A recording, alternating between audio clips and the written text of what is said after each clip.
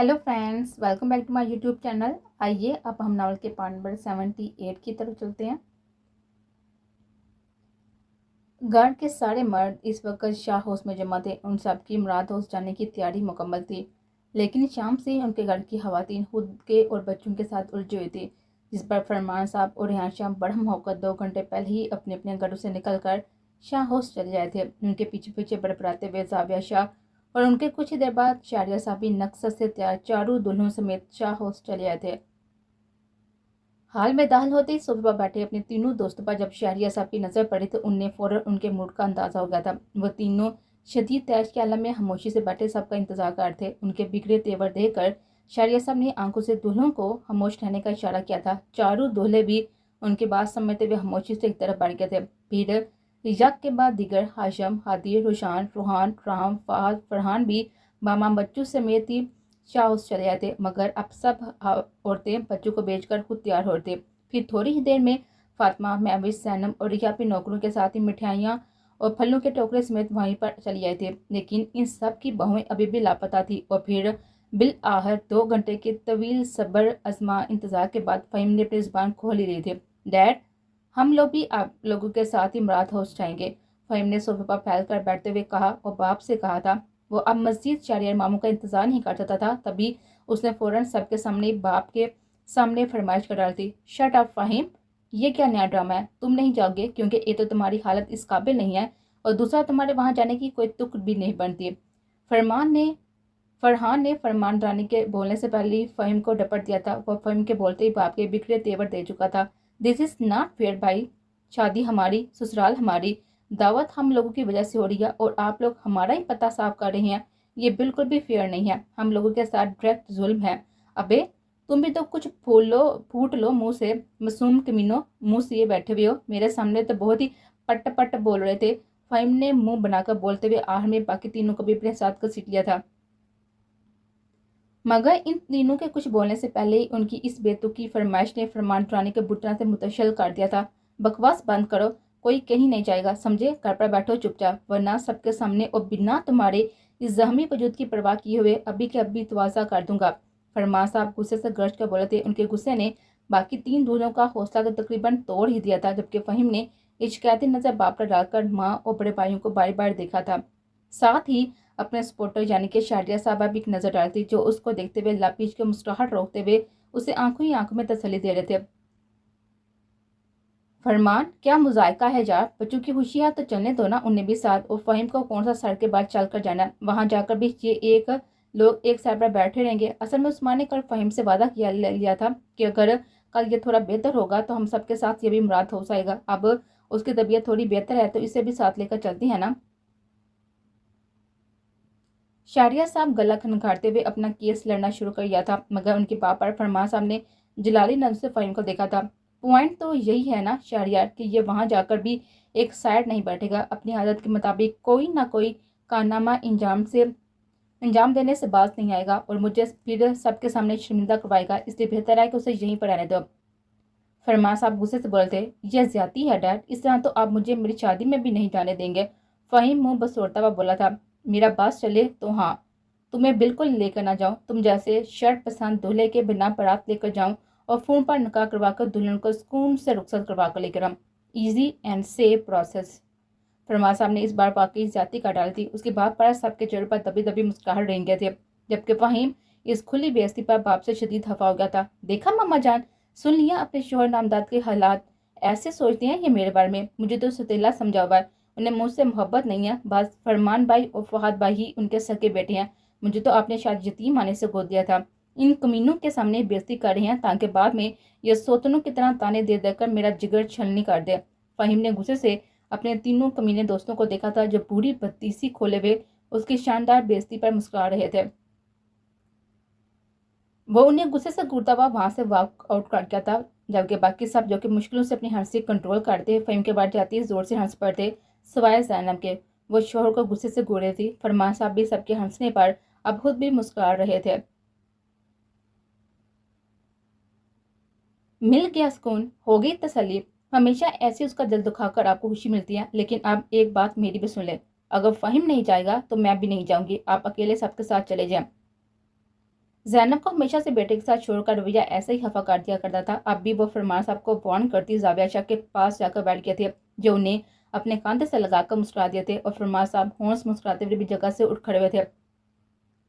जाओ भाई रूहान, बुला कर लाओ सबको यार, मैं जरा अपने सौतेले बेटे को मना कर ले आऊं, फिर निकलते हैं। फरमान साहब शरारत से मुस्कुराते हुए जैनब को देखकर बोले थे। वह उन्हें हफ्की से मुंह फैलाकर बाई के साथ जुड़ भी बैठी थी। फरमान साहब के फहीम को सौतेला कहने पर वे शिकायती नजर उन पर डालकर मजीद अपना रुख मोड़कर बैठ गई थी, और फरमान साहब अपनी हफा बेगम को देखकर मुस्कुराते हुए बाहर निकल गए थे। बाहर ही शाह हाउस के लाड़ में लगे फाउंटेन की बाउंड्री पर दोनों हाथ जमाए पीठ मोड़े उनका सौतेला बेटा खड़ा था। फरमान साहब धीरे धीरे चलते हुए उनके पास पहुंच गए थे। हाँ भाई मेरे सौतेले बेटे, यहाँ ऐसे रूठे हुए कब तक खड़े रहोगे? चलना नहीं है अब अपनी ससुराल? अपने पीछे से आती बाप की मुस्कुराती आवाज़ पर फहीम ने मुड़कर एक नजर उनको देखा था और दोबारा से रुख मोड़कर खड़ा हो गया था। आप जाएं, मुझे नहीं जाना, मैं वहां गया तो कोई कारनामा इंजाम दे दूंगा। फहीम आप भी उनसे शदीद खफा था। अच्छा, अब बस करो, छोड़ो भी नाराजगी। बाप ने अगर गुस्से में कुछ कह दिया तो दिल पर लगा के बैठ जाओगे। सही कहती है जैनब कि मैं गुस्से में कुछ ज्यादा ही ज्यादती कर जाता हूँ, मगर उसका ये मतलब नहीं है कि मैं तुम्हें फरहान या फाहा से कम प्यार करता। तुम तीनों मेरे लिए एक बराबर हो, बल्कि तुम तो इस लिहाज से भी फरहान और फाहा से बढ़तर हो कि तुम्हारी वजह से जैनब हमेशा मुझसे खफा हो जाती है। यानी मेरी बेगम के भी तुम लाडले और सर चढ़े हो। मेरी फरमाबरदार बीवी ने हमेशा बस एक ही बात पर मुझसे नाराजगी का इजहार किया है, और वो हो तुम्हारे लिए। वो मुझसे भी खफा होती है और लड़ती भी है। ये सब उन्होंने कभी फरहान और फाहद के लिए नहीं किया। वैसे सबसे ज्यादा बुरा किस बात पर लगा? फरमान सामने फहीम के कंधे पर बाजू फैलाते हुए वजाहत से बोले थे, और आहर में पुरसोच अंदाज में फहीम को देखते हुए पूछा। शादी में ना जाने और फोन पर निकाह करवाने वाली बात पर फहीम दूसरी तरफ मुंह किए हुए होंस हफ्की से बोला। ओ अच्छा अच्छा, इस बात पर दिल दुखा है, सॉरी बोलूं क्या? फरमान साहब ने जैसे इजाजत ली थी। जरूरत नहीं है। फहीम की नाराजगी अब भी कायम थी। कैसे मानोगे? उनने परेशानी से अपना कान खुजलाते हुए पूछा। प्रॉमिस करना पड़ेगा। फहीम ने भी मौके का फायदा उठाया था। अच्छा, वो तो मुश्किल है, आप पता नहीं किस बात का प्रॉमिस ले लोगे। ऐसे ही मान जाओ, वो इतनी आसानी से बेटे के हाथ नहीं आना चाहते थे। नहीं मानना। फहीम ने मजीद मुंह फैला लिया था। ओके भाई बोलो, कैसा प्रॉमिस? फरमान साहब गहरी सांस लेते बोले। पूरी शादी के दौरान नो बेइज्जती प्लीज। फहीम ने हाथ उठाकर कहा था, और अगर कोई ऐसी वैसी हरकत हुई तो? उन्होंने भव्य उचकाते हुए पूछा। नहीं होगी, मुकम्मल शराफत के जामे में रहूंगा। फहीम ने उनके हाथ पर हाथ रखते हुए वादा किया था। ओके, अगर तुम ड्रामे नहीं करोगे तो आई प्रॉमिस शादी तक कोई भी बेइज्जती नहीं होगी। फरमान साहब ने भी उसका हाथ पकड़कर वादा किया था, और फहीम ने इस बात में सर हिलाया था। अब चलें? फरमान साहब ने उससे अलग होते हुए तनकीदी नजर से अपने सामने खड़े बिगड़े मूड वाले बेटे को देखा था। उसके तकरीबन सारे जहम अभी ताज़ा थे, मगर ये जिद्दी लड़का इस हाल में भी सुकून से नहीं बैठ रहा था। अच्छे लग रहे हो, बस ये सर की पट्टी और चेहरे के जम्मू ने गड़बड़ कर दिया, लेकिन कोई बात नहीं, अब क्या कर सकते हैं। कर्मों के फल हैं बेटा, भुगतने तो पड़ेंगे। वो तासा से सर हिलाते हुए बोले थे। ओ वादा हिलाफी नहीं। फहीम ने उंगली उठाकर वादा याद दिलाया था। ओप्स सॉरी, अब चलें? फरमान साहब ने जुबान दांत तले दबाते हुए कहा था, और फहीम इस बार में सर हिलाता हुआ उनके साथ ही आगे बढ़ गया था।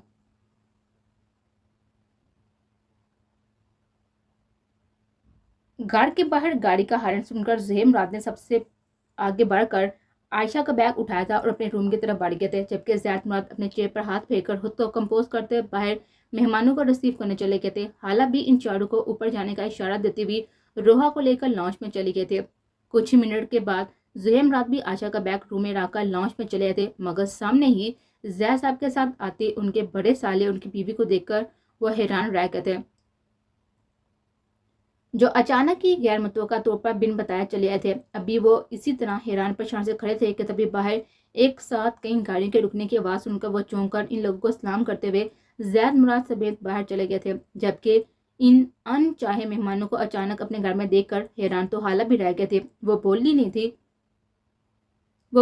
थी आयशा की ममानी की वो बेइज्जती जो उन्होंने सनम और आयशा के गायब होने पर सुहेब और उनकी किए थे, मगर हाला उनकी तरफ कम तरफ नहीं थी, जो गाड़ा मेहमानों की बेइज्जती कर दी। तभी रावदारी से मुस्कुराते हुए सबको सोफा बिठाने लगे थे। आज उनके घर पर बहुत सारे मेहमानों का गेट टुगेदर था, इसलिए बड़े से लॉन्च में काफ़ी सारी नशिस्तों का इंतजाम किया गया था, जिसे देखकर आयशा की ममानी काफ़ी हैरान हो रहे थे।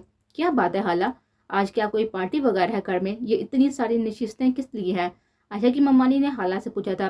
پھر اسے پہلے کہ حالہ انہیں کوئی جواب دیتی، زید صاحب، ریحان شاہ کی فیملی، فرمان صاحب اور شہریار صاحب کو ماما ان کی فیملی کے ساتھ لیے اندر چلے آتے۔ ان کے پیچھے پیچھے زہیب شاہ، زابیہ شاہ کی فیملی کے ساتھ فہیم، حالب، رکیم اور ہادی کو لیے اندر چلے آتے۔ ایک ساتھ اتنے سارے لوگوں کو دیکھ کر عائشہ کے ماموں ممانی اور ان کے ساتھ بیٹھا ان کا بیٹا نعمان حیران رہ گئے تھے، جبکہ زید، مراد، سہیل صاحب سمیت حالہ بھی آنے والے سارے مہمانوں کو مسکراتے ہوئے ویلکم کرتے ہوئے مہمان عورتوں سے گلے مل رہے تھے۔ ان مہمانوں کے سامنے یہ بچ بچ جانے والا انداز عائشہ کی ممانی کو مشکوک کر رہا تھا۔ ان کا دماغ ان کو کچھ غلط ہونے کا انٹیکشن دے رہا تھا۔ پھر اس کے دیکھتے ہی دیکھتے وہ سب لوگ اپنی جگہوں پر بیٹھ گئے تھے۔ فہیم بیٹا، آپ کی طبیعت کیسی ہے ابا؟ حالہ نے مسکرا کر فہیم سے پوچھا تھا۔ اب ٹھیک ہے امتا، گھر پر کوئی رک نہیں رہا تھا، سب کو آنا تھا یہاں، تو میں اکیلا گھر پر کیا کرتا، اس لیے میں بھی چلایا۔ فہیم نے حالہ کو متن کہنے پر زینب نے چونکر کو دیکھا تھا، یعنی بدماش بچوں نے پہلے سے دوسری رشتہ داری بھی جوڑ رکھی ہے۔ زینب نے اپنے سامنے بیٹھے ہوئے بیٹے کو مصنوعی غصے سے گھورا تھا، پھر خود بھی مسکرا دیتے۔ اچھا کیا بچے، آپ سب لوگ بھی آگے، حالہ نے مسکرا کر کہا تھا۔ تبھی فہیم کی نظر عائشہ کے اس کزن پر پڑی تھی جو شادی میں عائشہ کے متعلق بکواس کر رہا تھا۔ یہ کمینہ ذلیل شخص یہاں پر کیا کر رہا ہے؟ فہیم نے اپنے پاس بیٹھے رکیم سے کہا تھا۔ کون ذلیل کمینہ؟ تو یہاں بیٹھا ہے، یہ دوسرا کمینہ ذلیل کون آ گیا؟ رکیم نے بے چینی سے لانچ کے گلاس ڈور کو دیکھتے ہوئے کہا تھا۔ اس کی بے چین نظریں اپنے سنڈریلا کو ڈھونڈ رہے تھے جو شاید ابھی اوپر اپنے روم میں تھے۔ بکواس مت کر سالے، میں اس سامنے والے کمینے کی بات کر رہا ہوں، وہ جو سامنے لیفٹ سائڈ پر بیٹھا ہے۔ فہیم نے رکیب کی پسلی پر کوہنی مار کر اس کی توجہ نعمان کی طرف مبوس کروائے تھے۔ کیوں؟ کون ہے یہ کمینہ؟ عادل جو ان دونوں کے پاس بیٹھا ان کے خسر پسر کان لگا کر سن رہا تھا، فہیم سے پوچھ بیٹھا۔ یار، یہ ہمیں عائشہ کے کزن کی شادی میں ملا تھا۔ ارے وہی شادی جس میں عائشہ نے مجھے تھپڑ جاڑ دیا تھا، اسی شادی میں یہ عائشہ کے متعلق بکواس کر رہا تھا۔ فہیم نے عادی اور رکیب کو بتایا تھا۔ پاس بیٹھا حالب اس کی بات سن چکا تھا۔ پھر وہ چاروں سامنے بیٹھے اس چھچوڑے کو دیکھنے لگے تھے جو سب کا لحاظ کے بنا ان چاروں کو گھورا تھا۔ زہیر، زید بھائی، ہم لوگوں کو آپ سے کچھ بات کرنی ہے۔ آج ہم یہاں پر ایک خاص مقصد سے آئے ہیں۔ اگر آپ کو اپنے مہمانوں سے ٹائم مل جائے تو ہماری بات بھی سن لیں۔ سامنے بیٹھی عورت کی پاردار افواہ پر وہ چاروں اس چھچوڑے کو چھوڑ کر اس کے پاس بیٹھی ہوئی اس حیران عورت کو گھورنے لگے تھے۔ وہ عائشہ کی ممانی تھی جو اپنی محسوس طنز لہجے میں زید مراد سے بولتی تھی۔ زید مراد نے لب بیچ کر خود کو کچھ سخت بات کہنے سے روکا تھا۔ بھابی، جو بات کرنی ہے بعد میں کر لیجیے گا، اور یہ لوگ مہمان نہیں ہیں، ہمارے بہت خاص اور اپنے ہیں، یہ ہمارے بچوں کے سسرال والے ہیں۔ ہم نے صفین، صنم، عائشہ اور روسا کا رشتہ طے کر دیا۔ 6 دن بعد ہم چاروں کی شادی کر رہی ہیں، کارڈ چھپنے گئے ہیں، کل تک آپ لوگوں کو بھی دعوت نامہ مل جائے گا۔ زید مراد کے جواب پر عائشہ کی ممانی کا منہ حیرت سے کھل گیا تھا، یعنی ان کا شک صحیح نکلا تھا۔ لیکن ایسا بھی کیا ہوا تھا کہ زید اور زہیب صاحب نے ایک ساتھ چاروں بیٹیوں کی شادی کر رہے تھے، وہ بھی اتنی جلدی؟ وہ تو عائشہ کو اپنے نعمان کے ساتھ بہانا چاہتی تھی۔ دولت مند بننا ان کا درینہ خواب تھا جسے شرمندہ تعبیر صرف عائشہ کے ذریعے کیا جا سکتا تھا۔ عائشہ ان کے لیے خزانے کی چابی تھی اور اس وقت یہ چابی انہیں اپنے ہاتھ سے نکلتی ہوئی دکھائی دے رہی تھی، اس لیے زید صاحب کی بات پر وہ تل ملا کر اپنی جگہ سے اٹھ کھڑے ہوئے تھے، جبکہ ان کے شوہر خاموش بیٹھے تھے اور نعمان سامنے بیٹھے فہیم لوگوں کو اب تک غصے سے گھور رہا تھا۔ آپ ایسے کیسے عائشہ کی شادی کر سکتے ہیں زید بھائی؟ عائشہ بچپن سے میرے نعمان کی مگیتر ہے، اماں نے اپنے انتقال سے پہلے عائشہ کو نعمان کے ساتھ ہی منسوخ کر دیا تھا۔ ہمارے گھر میں سب کو یہ بات پتہ ہے اور عائشہ بھی جانتی ہے۔ یقین نہیں ہے تو بلا لیں عائشہ کو اور پوچھ لیں اسے۔ بلکہ میں نے تو ابھی نبیلہ کی شادی میں اپنے سارے رشتہ داروں کے کان میں یہ بات ڈال دی تھی کہ اب میں نعمان اور عائشہ کی کچھ ہی مہینے میں شادی کرنے والی ہوں۔ عائشہ کی ممانی چمک کر بولی تھی اور ان کی بات پر وہاں پر بیٹھے ہر فرد کو سام سو گیا تھا، جبکہ فہیم غصے سے بڑھ کر اپنی جگہ سے کھڑا ہوا تھا۔ یہ آپ کیا کہہ رہی ہیں؟ عائشہ کسی کی منگیتر؟ امپاسبل، اگر ایسی بات ہوتی تو ہمیں انکل اور امتن پہلے ہی بتا دیتے، شادی طے نہیں کرتے۔ 6 دن بعد ہماری شادی ہے اور آپ کو اس وقت یہ فضول بات کرتے ہوئے شرم آنی چاہیے۔ فہیم غصے سے بولا تھا، مگر فرمان صاحب نے اسے اشارے سے بیٹھنے کو کہا تھا۔ باپ کے اشارے پر فہیم غصے سے ناک پھلاتا ہوا دوبارہ بیٹھ گیا تھا۔ تبھی زید صاحب غصے سے عائشہ کی ممانی کے سامنے جا کر کھڑے ہوئے تھے۔ انہیں پتا تھا کہ یہ مکار عورت جھوٹ بول رہی ہے، مگر وہ اتنے نازک موقع پر کسی قسم کی بدمزگی کے بنا وہ معاملہ نپٹانا چاہتے تھے۔ کمال ہے بھابی، آپ کے گھر میں سب کو پتہ ہے عائشہ کا رشتہ آپ کے بیٹے سے بچپن سے جڑا ہے، اور میں جو عائشہ کا سگا باپ ہوں، میں ہی اس حقیقت سے انجان ہوں۔ بہرحال अव्वल तो ममानी ने हमसे कभी ऐसी कोई बात नहीं की, और अगर ऐसा है भी तो मैं बचपन के जुड़े इन फजूल रिश्तों को नहीं मानता। आयशा मेरी बेटी है, उसकी शादी कहाँ और उसे किससे करनी है, इस बात का फैसला मैं करूँगा। और मैं फैसला कर चुका हूँ, आयशा की शादी फ़हीम से होगी, क्योंकि हम दुरानी साहब को जुबान दे चुके हैं। ज़ैद मुराद की दो टोक पा पर आयशा की मम्मा ने गुस्से से भड़क उठे थे। ऐसे कैसे ज़ैद भाई, आप अपनी मर्जी कर सकती हैं। अरे आयशा, आप ही नहीं, शफा की भी बेटी है, और इस नाते से हमारे भी इस पर पूरा पूरा हक है। इस रिश्ते के लिए मना करने से पहले आप आयशा से भी उसकी मर्जी पूछ लें, उसे यहाँ पर बुलाएं। आयशा की मम्मानी हाथ नचाते हुए बोल दी, मैं आ गई हूँ मम्मानी, पूछें क्या पूछना चाहती हैं आप मुझसे। आयशा के पापा वहाँ बैठे हर शख्स ने मुड़कर आयशा को देखा था। घर की सारी औरतों ने दरवाजे में खड़ी इस मोम की गुड़िया जैसी लड़की को देखा था। बिलाशुबा वो लड़की हसीन नहीं, हसीन तर थी। खरे खूबसूरत नकोश, बड़ी बड़ी बरौन गजाली आंखें, बेहद गुलाबी बड़े हुए होंठ जो कि लिपस्टिक से पाक थे, सुरख व सफ़ेद रंगत जैसी दूध जैसी रंगत, ब्लैक और मैरून कलर के फ्रॉक में दूर से ही चमक रहे थे। नासों से सरापे वाली वो नौ उम्र लड़की क़यामत हुस्न की मलका थी। इस वक्त मुकम्मल सादगी में भी वो गजबदार थी, यानी फ़हीम ऐसे ही उसका आशिक नहीं हुआ था। हबीबा और मानूर को अपनी देवरानी बहुत ही पसंद आई थी। उन्हें मुस्कुराते हुए साकत बाटे फ़हीम का देखा था। वो सबकी मौजूदगी फरामोश किए हुए हैरत से मुंह खोले अपनी शेरनी को देख रहा था, जो मुकम्मल मशक़ी लबाब में उसको के सामने थे। गो फ़हीम शादी में भी आयशा को इस तरह के ड्रेस में दे चुका था, मगर आज उसे हैरत आयशा के सर पर अच्छी तरह दुपट्टा लेने की हो रही थी। बिलाशुबा वो अपने इस मुकम्मल मशरक़ी रूप में फ़हीम को हिप्नोटाइज करते। वो आयशा को इसी तरह तो देखना चाहता था, मगर वह हमेशा फ़हीम की बात को ना समझते हुए उसे जगने लगते थे। बोले मम्मानी, क्या पूछना चाहती हैं आप मुझसे। आयशा बिना किसी की तरफ देते हुए धीरे चलती हुई अपनी मम्मानी के सामने जा खड़ी हुई। वो उसे देखकर एक लम्हे को गड़बड़ा गए थे, मगर फिर फौरन संभलते हुए बोले, आयशा बताओ इन सबको कि तुम बचपन से नुमान की मंगेतर हो कि नहीं। तुम्हारी नानी ने खुद ये रिश्ता पक्का किया। ज़ैद भाई को अम्मा ने शायद ना बताया, मगर तुम्हें तो सब पता है ना बेटा। बोलो, किसी से डरने की जरूरत नहीं है। ज़ैद भाई तुम्हारे साथ ज़बरदस्ती नहीं कर सकते, हम लोग तुम्हारे साथ हैं, तुम्हारे मामू ममानी। इसलिए बिना किसी बात से डरे झिझकते सब सच बता दो उन्हें कि तुम नुमान से शादी करना चाहती हो। बड़ी ममानी ने आयशा के कांधे पर हाथ रखकर उसे अपने साथ का यकीन दिलाया था। ओके ममानी, मैं सबको सच बताती हूँ, मुस्कुराकर बोलती वो ज़ैद मुराद की तरफ घूम गए थे। डैड, आपने जो मेरे लिए सोचा मैं उस पर रजामंद हूँ, और पूरे दिल से आपके फैसले का एहतराम करते मैं उसके आगे सर झुकाती हूँ। आप मेरे सरपरस्त हैं, मेरे लिए जो भी फैसला करेंगे बेहतर करेंगे। आपकी मर्जी मेरी मर्जी है। आयशा मतवाज़न लहजे में एक एक लफ्ज़ जमा कर बोली थी, जिस पर सबसे पहले ज़ुहैब मुराद ने उसे आगे बढ़कर गले से लगाया था, जबकि फ़हीम समेत बाकी सब ने भी पुरसकून सांस ली थी। फ़हीम का दिल किया कि आगे बढ़कर अपनी शेरनी को गले से लगा ले, जिसने उसके बेचैन दिल को अपने फैसले से करार अता किया था। झूठ है ये आयशा, तुम क्यों कर रही हो ये सब। सच बताओ सबको, तुम नुमान की मंगेतर हो, फिर किसी और से कैसे शादी कर सकती हो। आयशा की ममानी ने अब भी हार नहीं मानी थी। तभी आयशा ज़ुहैब सबसे अलग होती उन्हें देखकर मुस्कुराए थे।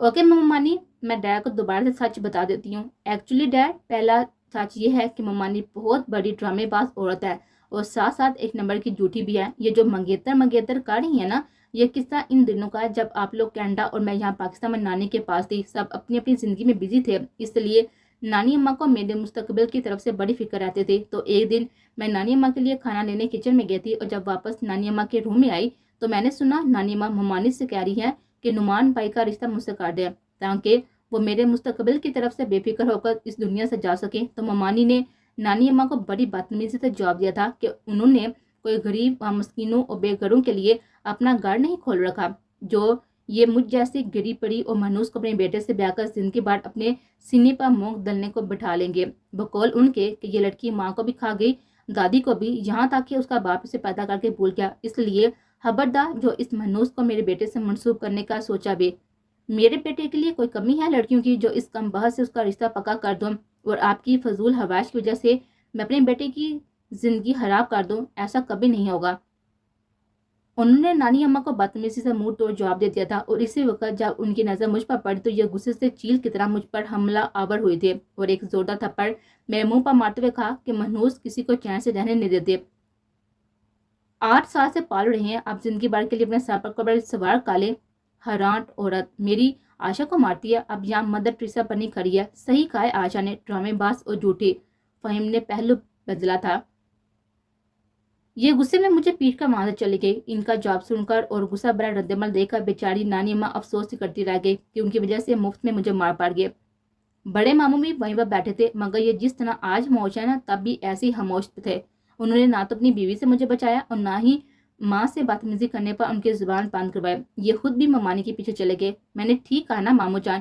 آشا نے تنزیہ ان سے پوچھا تھا، جس پر وہ شرمندگی سے سر ہلا کر آ گئے تھے، جبکہ زیاد مراد کے لیے کتنا مشکل تھا یہ سننا کہ ان کی غفلت و لاپرواہی کی وجہ سے ان کی اس بچی کے ساتھ لوگوں نے کیسا کیسا سلوک کیا تھا۔ اب بھی وہ آشا کو دیکھ کر لب پیچھے خاموش کھڑے تھے۔ پھر اس کے بعد نعمان بھائی کے جوہر کھل کھل کر سامنے آنے لگے۔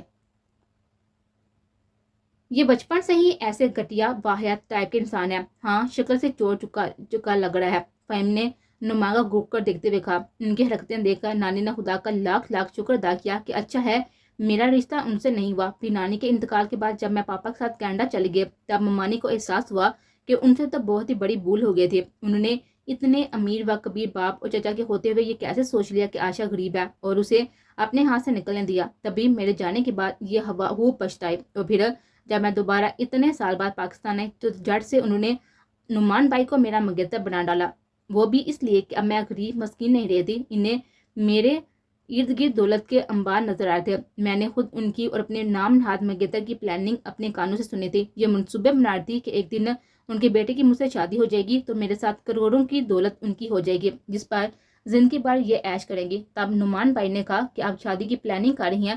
آشا تو اتنی بد زبان ہے کہ ڈنگ سے کسی سے بات نہیں کرتی، نہ کسی کی بات کا سیدھا جواب دیتی ہے۔ شادی کے لیے کیا حق ہاں کرے گی؟ رشتہ لے کر جائے گی نا تو منہ پاڑی صاف رشتے سے منع کر دے گی۔ تب میری پیاری ممانی نے کہا کہ آشا کو شیشے میں اتارنا ان کا کام ہے، بس تم شادی کی پلاننگ کرو۔ پھر نعمان بھائی نے کہا کوشش کر لیتے ہیں، لیکن اگر بات نہیں بنی تو سنم کے لیے بات کر لیجیے گا۔ آشا کے ساتھ سنم پر بھی ان کا دل آ گیا تھا۔ وہ تو ویسے بھی بہت شریف اور سیدھی سی ہے، ساری زندگی سر جھکا کر گزار دے گی، آپ کی خدمت بھی کرے گی اور میرے بھی سر میں درد نہیں کرے گی۔ میں باہر جو دل چاہے کرتا پھروں۔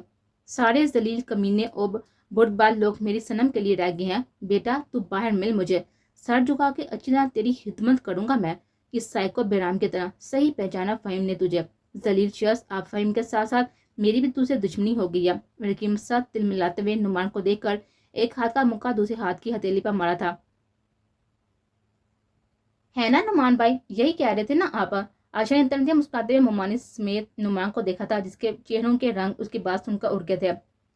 ہیں لڑکی، کیا بک رہی ہو تم؟ یہ سب کچھ جھوٹ ہے۔ رشتے سے منع کرنا تھا تو ویسے ہی کر دو آشا، کیوں اتنی تہمتیں لگا رہی ہو ہم پر؟ کیوں جھوٹ بول رہی ہو؟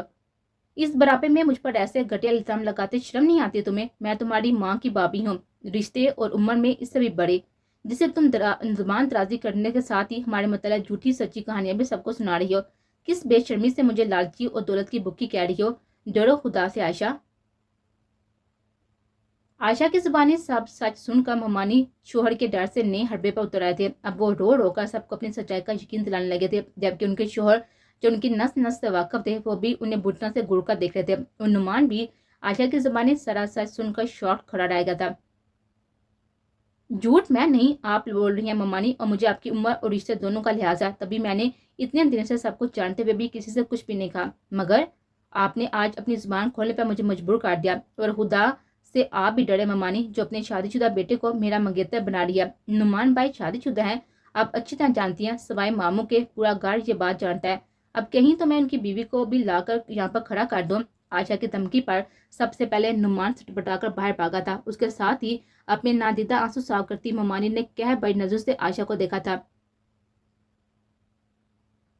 اچھا بی بی، بس رہنے دو، ہم بہت ہی برے ہیں، لیکن تم اتنی پاک باز بننے سے پہلے اپنے سسرال والوں کو یہ تو بتا دو کہ نمیلہ کی شادی والی رات تم دونوں بہنیں ہاتھ سے کہاں غائب ہو گئے تھے؟ وہ پوری رات پلٹ کر گھر نہیں آئی تھی، کہاں گزار کر آئی تھی وہ رات تم دونوں؟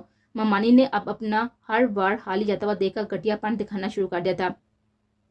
انہیں اندازہ ہو گیا تھا کہ اب اچھائی دکھانے کا کوئی فائدہ نہیں ہے، کیونکہ اس لڑکی کے سامنے ان کے دال نہیں گلنے والے۔ یہ کیا بکواس کر رہی ہے تم؟ چلو چپ چاپ یہاں سے، ورنہ مجھ سے برا کوئی نہیں ہوگا۔ آپ کے بار آشا کے ماموں بڑھ کر بولے تھے۔ ارے ایسے کیسے چلی جاؤں؟ جب سارے سچ آشا بی بی سنانے کے موڈ میں ہے تو یہ بھی سچ سب کے سامنے بتایا۔ ممانی جاہل عورتوں کی طرح چلاتے ہوئے شوہر کا ہاتھ جھٹک رہی تھی۔ یہ میرے ساتھ ہی اس دن شادی میں میں اور رقیم بھی لڑکے والوں کی طرف سے موجود تھے۔